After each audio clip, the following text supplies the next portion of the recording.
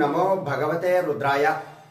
అపారమైనటువంటి ధన సంపాదన కలగాలి, అఖండ ధన సంపాదన ఉండాలి అనేటటువంటి ఉద్దేశంతో ఉన్నవారు ఈ లక్ష్మీ కాలభైరవ మంత్రాన్ని గనుక మీరు శుక్రవారము అలాగే అష్టమి తిథి నాడు ఉన్నటువంటి సమయాలలో గనక ఈ లక్ష్మీ కాలభైరవ మంత్రాన్ని గనక జపించారు అంటే మీకు ఖచ్చితంగా మంచి ఫలితాలు అనేటటువంటివి ఉంటాయి. అయితే ఈ లక్ష్మీ కాలభైరవ మంత్రాన్ని ప్రత్యేకంగా మనకి ఈసారి జూలై 18, 2025 శుక్రవారం మరియు అష్టమి తిథి రెండు కూడా కలిసి వచ్చాయి. ఇటువంటి సందర్భంలో మనం ఈ లక్ష్మీ కాలభైరవ మంత్రాన్ని కనుక మనం 108 సార్లు జపించినట్లయితే ఖచ్చితంగా మంచి ఫలితాలు అనేటటువంటివి ఉంటాయి.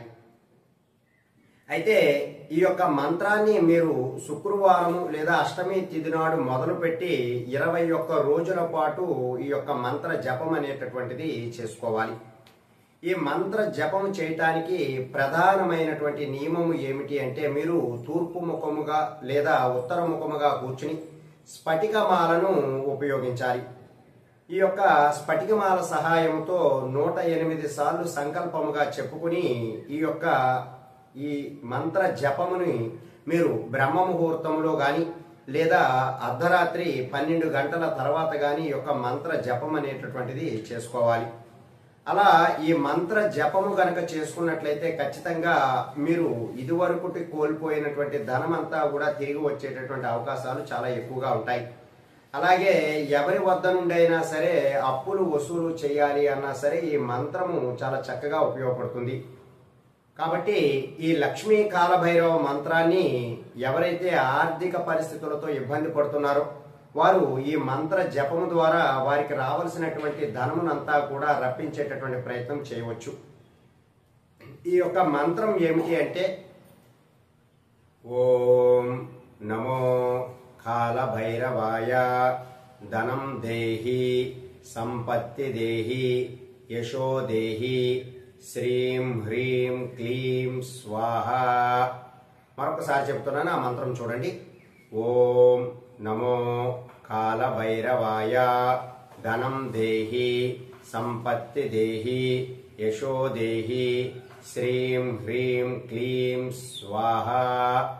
ఈ మంత్రాన్ని మీరు 21 రోజుల పాటు మీరు చదువుకున్నట్లయితే, చక్కగా జపం చేసుకున్నట్లయితే స్ఫటికమాల సహాయంతో ఖచ్చితంగా మంచి ఫలితాలు అనేటటువంటి వస్తాయి.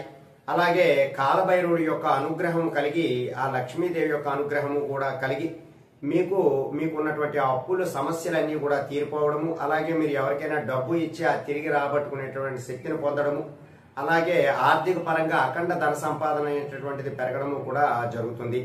కాబట్టి ఆర్థిక విషయాలలో ఏదైనా ఇబ్బందులు ఉన్నట్లయితే ఖచ్చితంగా ఈ లక్ష్మీ కాలభైరవ మంత్రాన్ని శుక్రవారం నాడు లేదా అష్టమి తిథి నాడు జపించడానికి ప్రయత్నం చేయండి.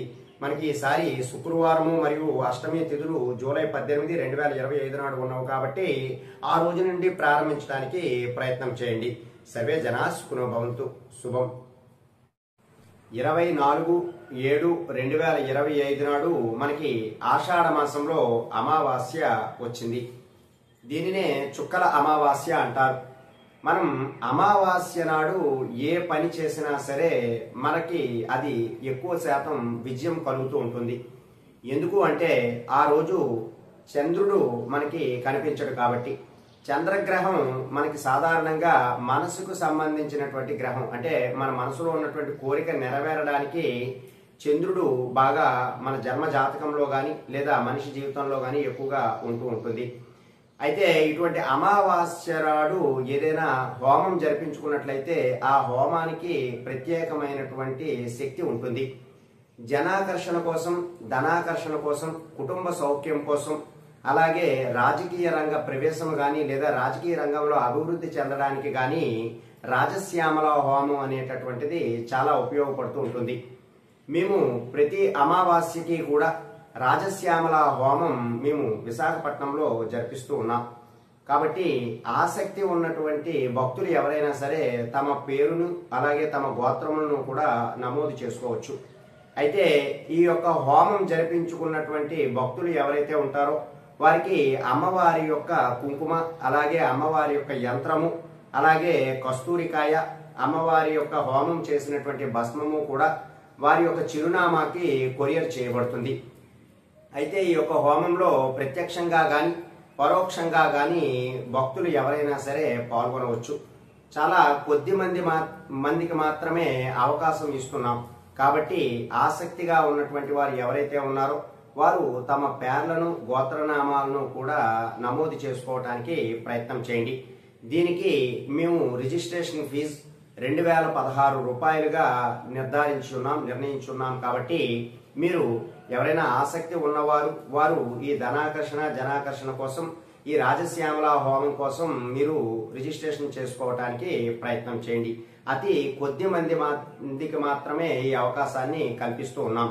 కాబట్టి ఈ అవకాశాన్ని వినియోగించుకోవడానికి ప్రయత్నం చేయండి. సర్వే జనా సుఖినో భవంతు. శుభం.